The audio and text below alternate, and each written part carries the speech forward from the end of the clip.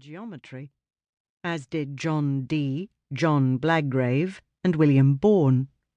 The Queen voiced her support for all good sciences and wise and learned inventions, and letters patent were issued under her name for technological experts in the science of furnace manufacturing, as well as the science of glass-making.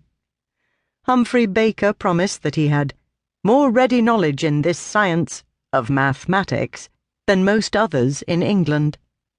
Donald Lupton, writing about London, called it a centre of all sciences, arts, and trades, indicating that by the early 17th century there were some who were already teasing out the differences between these forms of inquiry and practice.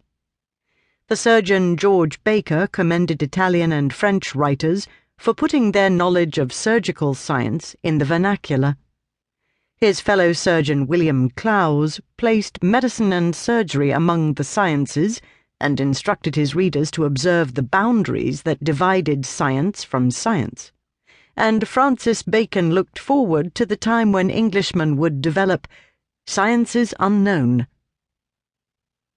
My research uncovered that English vernacular writers on natural history, medicine, mathematics, instrumentation, mechanics, and chemistry used the word science throughout the Elizabethan period, both as a collective term and to denote individual sciences.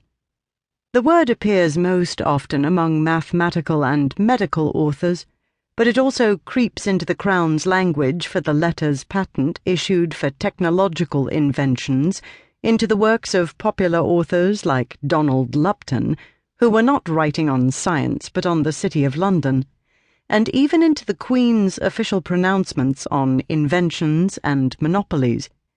By contrast, very few of the Elizabethans I studied described their work as natural philosophy, nor did they use any of the other terms that have been suggested to me as more historically sensitive alternatives to the word science, including productive knowledge, imitating nature, or utility for the common good. And so I had to make a choice whether to use the collective term at least some of my historical subjects used to describe their efforts, or to adopt a term that none of them used, but which most historians of science insist is correct and more historically nuanced. I decided to use science, just as my subjects did, because this struck me as the least anachronistic alternative.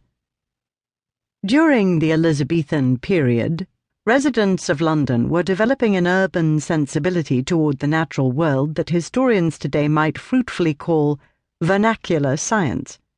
As this study shows, vernacular science was based in urban ways of knowing and evaluating nature that came from the densely overlapping social worlds of the city. As such, it was distinct from the approach to natural knowledge taught at the university, or the genteel culture shared by gentlemen and gentlewomen at court who might be interested in the natural world. Like vernacular architecture, vernacular science bore some resemblance to the high culture natural philosophy and intellectual pretensions of both the university and the court, but it had different priorities.